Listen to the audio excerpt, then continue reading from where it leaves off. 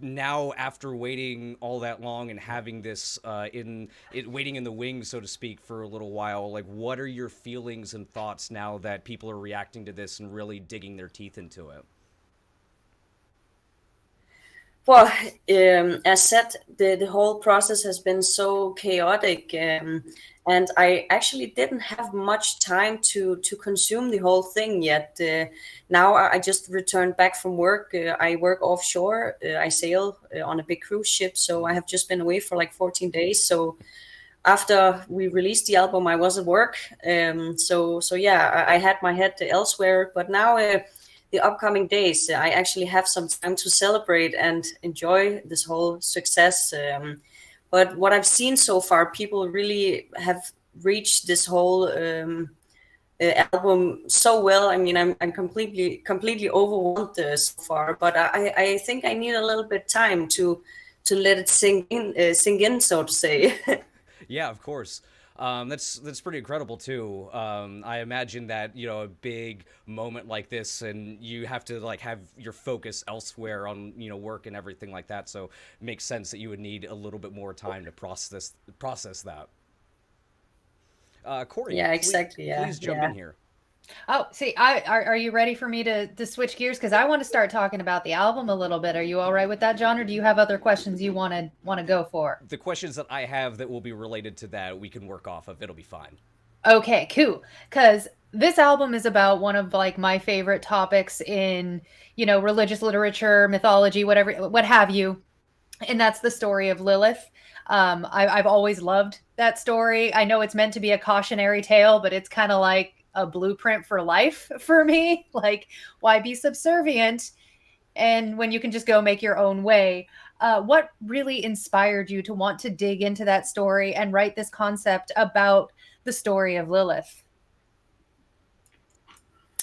Yeah, I mean, Lilith, she's actually, yeah, I think you know that she's probably one of the most well-known demons figures out there. I think most people in the metal community actually have heard the name Lilith before. So, but I have just always been, inspired by and kind of intrigued by all, darkness and witchcraft and all this folklore, so to say. But many years ago, I read a story about Lilith, and I'm especially inspired by this biblical story about Lilith, that she is supposed to be Adam's first wife, but she left the Garden of Eden because she didn't want to obey Adam. She was very independent and very strong, So she just took off because she wanted to have a saying as well. And that story, I think many of us, especially women in the metal community, we can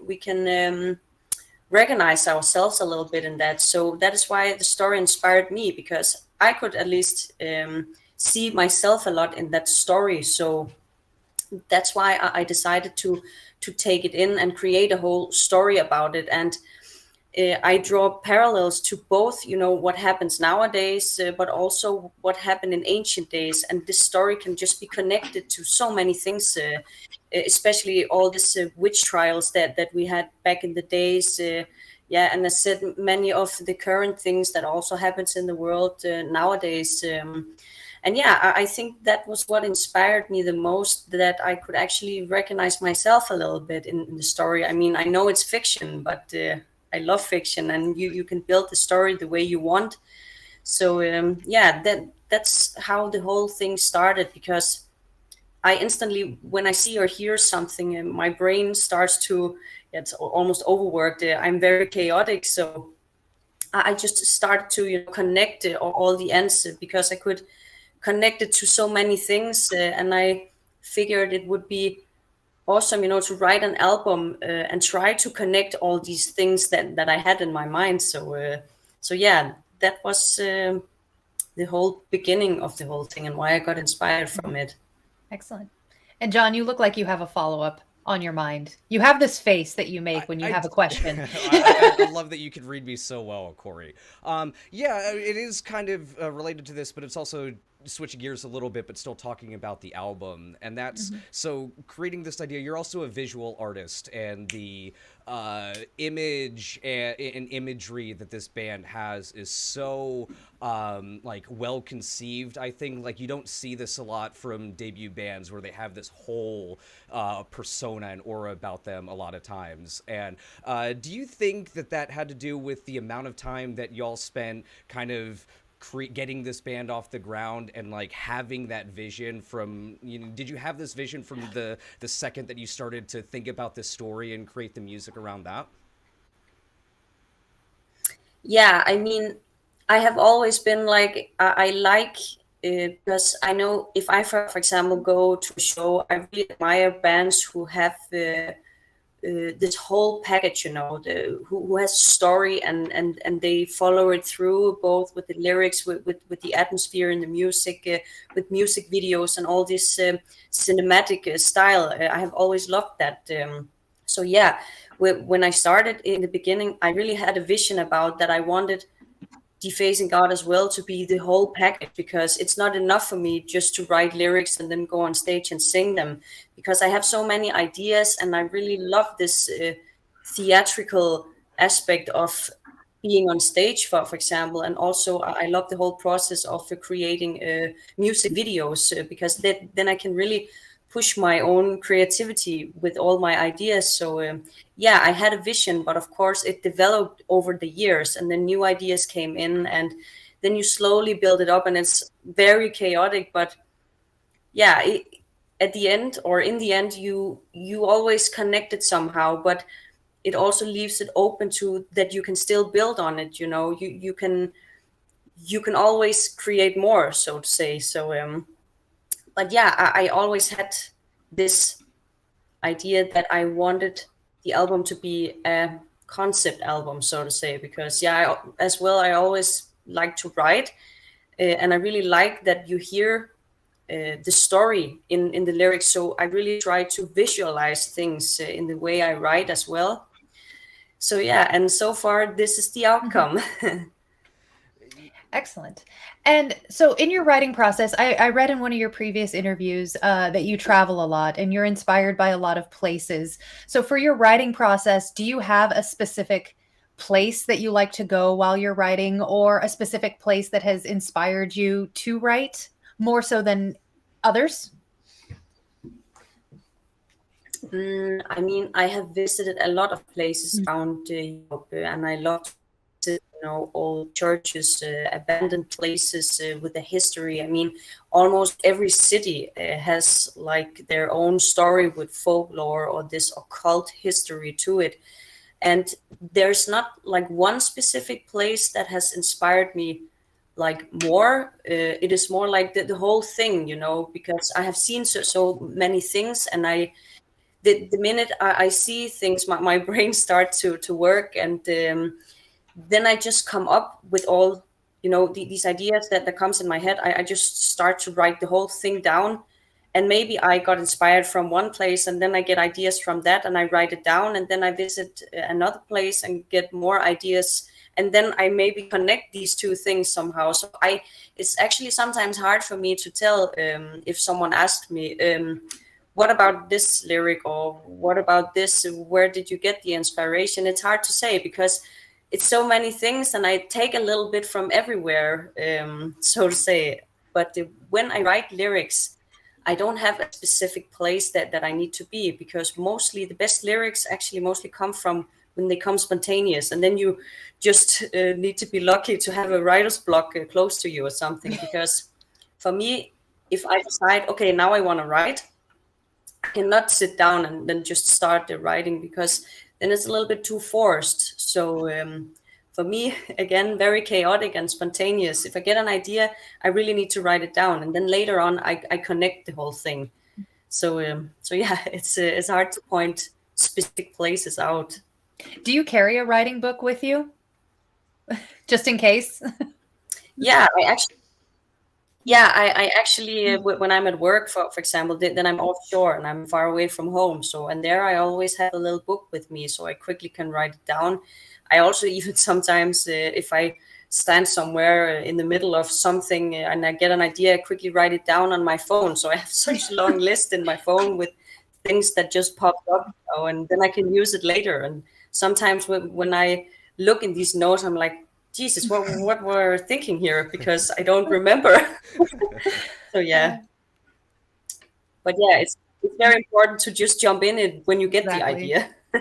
And John, by all means, follow up. I would. So you've mentioned the word chaotic a whole lot, and we can kind of gather that with your stories and your lyrics and everything like that, just kind of whenever it comes and everything like that. As far as the music goes, Cori knows this. You know, when I heard your band for the first time, it reminded me of the first time when I was a teenager hearing like Cradle of Filth and Arch Enemy and stuff like that for the very first time. Has that very much that passion about it, right? Where you can tell that all of you are really invested in the story and the music and everything like that, and it comes across, and you know, even a little bits of nostalgia here and there for, you know, someone as old as myself. Is the music writing, when you're working with Signar and Christian and Michael and everybody else, is that also as chaotic as how you write your lyrics and everything like that, or have you guys found a bit more of a streamlined process to get the riffs and the music and put it all together?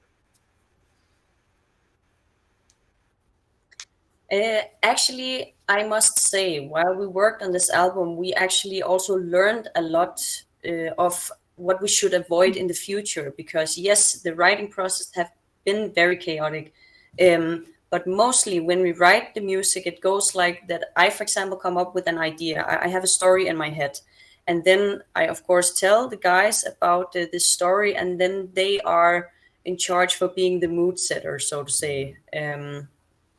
And then it mostly goes like that. My lead guitarist or my rhythm guitarist, they come up with a raw sketch, and then we start to slowly build on that song. And then in the end, all these orchestration parts come into it. So we always make sure that there's space for these symphonic or orchestral parts, so to say. But yeah, the whole process have been really chaotic. So, but because we worked so long on this album, we really learned, what to avoid in the future and what to do to be a little bit more like focused and productive, so to say. So you're saying there's another album maybe in the works, potentially? I know this one just came out, but just came out, Cori.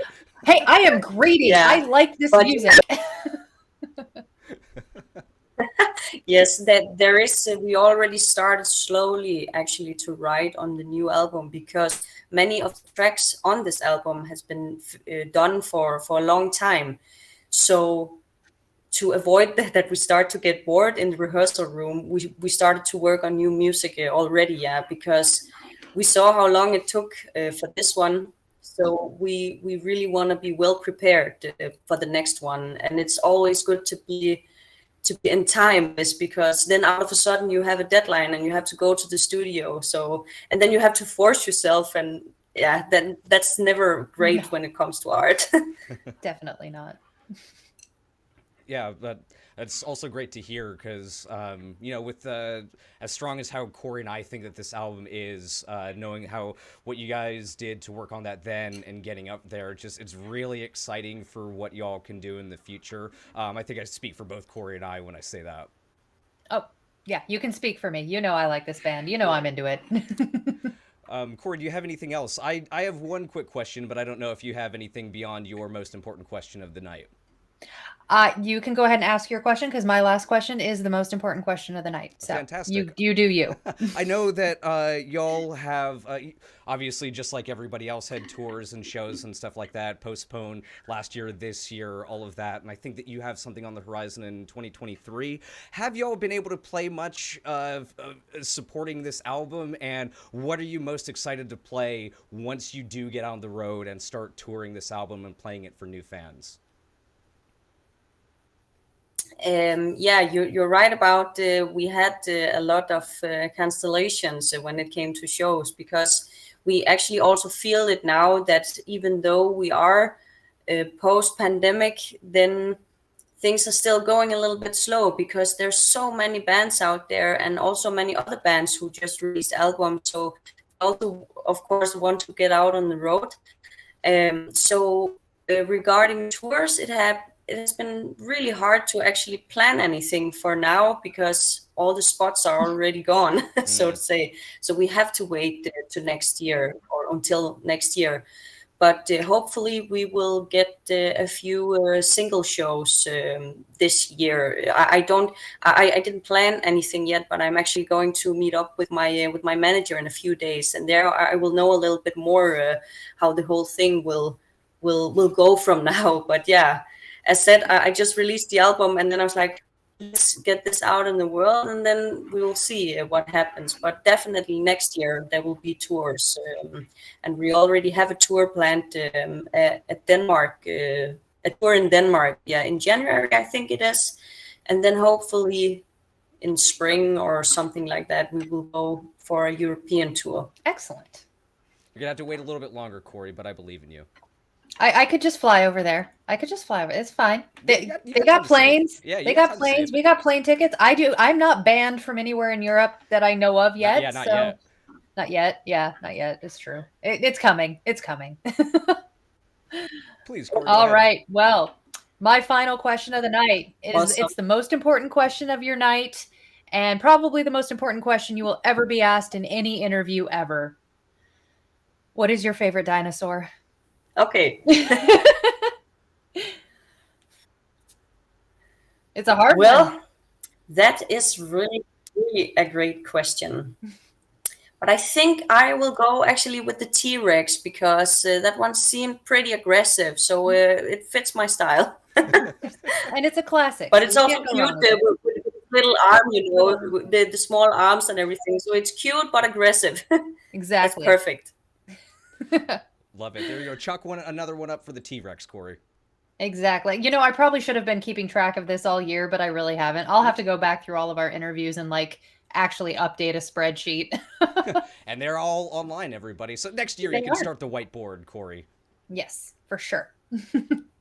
Sandie, thank you so much for taking time on your birthday again to come chat with us about the album. It's a really fantastic listen, and if this is the first step that you all have in your career, we're so excited to hear what comes after this. Thank you so much, and thank you so much for having me. It's always fun to have these interviews. So I'll join another time. So you're welcome whenever you want to come on. Welcome back. Exactly. And I hope to see you guys on the road someday, hopefully. Oh, for sure. What you will not be able to keep me out of a show if you're coming anywhere close to me. Promise. That's so awesome. Great to hear. Thank you so much. That has been Sandie from Defacing God. Mazza has the link for the album in the chat right now. Everybody click on that. Go pick it up. Listen to it. Go buy it. Go buy it. It's well worth your time. I'm watching to make sure that y'all go buy it. You know what happens if you don't. So I show up under their beds. It's true. Sandie, thank you so much. You can just close out of the window whenever it is that you're ready to leave. Thank you so much.